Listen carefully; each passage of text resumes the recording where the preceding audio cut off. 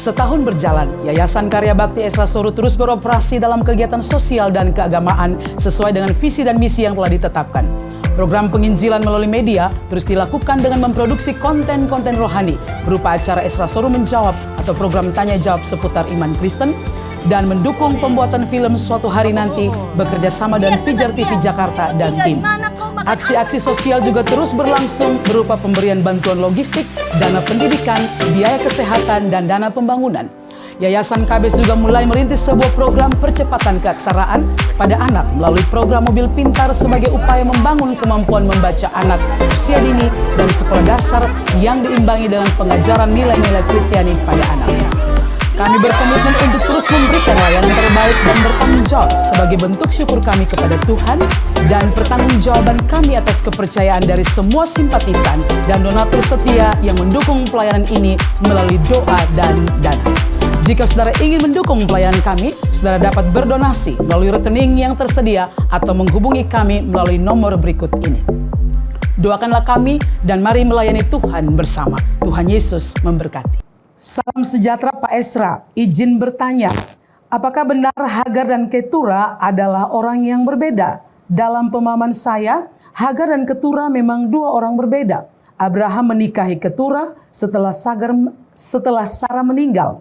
Namun dalam sebuah percakapan dengan Rabi Yakob Baruk di media sosial, ia berkata, Hagar dan Ketura adalah orang yang sama.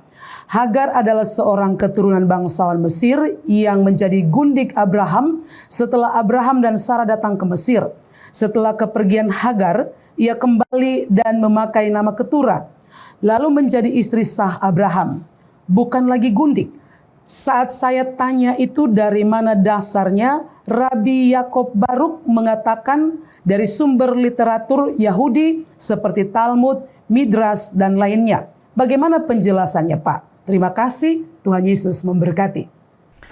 Saya kira kalau kita membaca cerita Alkitab, kitab Kejadian secara natural, maka kita tidak akan menemukan kesan apa-apa bahwa Hagar dan Ketura itu adalah satu orang yang sama. Justru sebaliknya, kesan yang kita lihat itu adalah bahwa memang mereka adalah orang berbeda, ya. Kalau itu mau dilihat dari kisah Alkitab saja. Tapi kalau dikatakan bahwa pandangan semacam itu muncul dari sumber-sumber Yahudi seperti Talmud maupun juga Midrash, maka perlu diketahui bahwa Talmud itu adalah suatu sumber pengajaran Yahudi yang berupa catatan-catatan dari rabi-rabi, ya, dan juga aturan-aturan hukum, aturan-aturan etika dari para rabi yang ditulis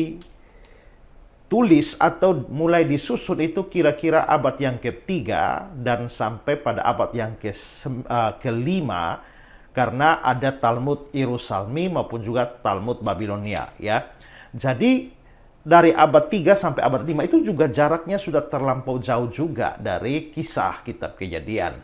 Nah, memang di dalam Talmud itu maupun juga Midrash Yahudi itu memang ada catatan tentang Hagar dan Ketura itu, ya, diduga bahwa dia itu adalah orang yang sama, ya, yang setelah dia diusir oleh Hagar, dia balik lagi dengan nama yang lain, yakni Ketura. Hanya saja yang perlu diketahui adalah bahwa Midrash dan Talmud sendiri bukanlah hal yang mutlak. Kenapa? Karena rupanya tidak semua para rabi Yahudi itu setuju dengan pandangan itu. Masih ada pandangan yang kontroversial, ya. Justru pandangan minorlah yang menganggap bahwa Ketura dan Hagar itu adalah orang yang sama. Sedangkan yang justru kontra dengan itu atau yang menganggap bahwa Hagar dan Ketura itu adalah dua orang berbeda di kalangan para rabi Yahudi itu justru mayoritas. Jadi kalau menyandarkan pemahaman atau penafsiran tentang Hagar dan Ketura itu hanya pada sumber Talmud atau Midrash yang masih kontroversial, maka saya kira itu tidak mempunyai dasar yang cukup kuat, ya. Saya tetap lebih mempercayai kalau kita membaca kitab Kejadian dalam kisah-kisah tentang Hagar dan Ketura secara natural tanpa bias, maka kita akan sampai pada keyakinan bahwa itu memang adalah dua orang yang berbeda.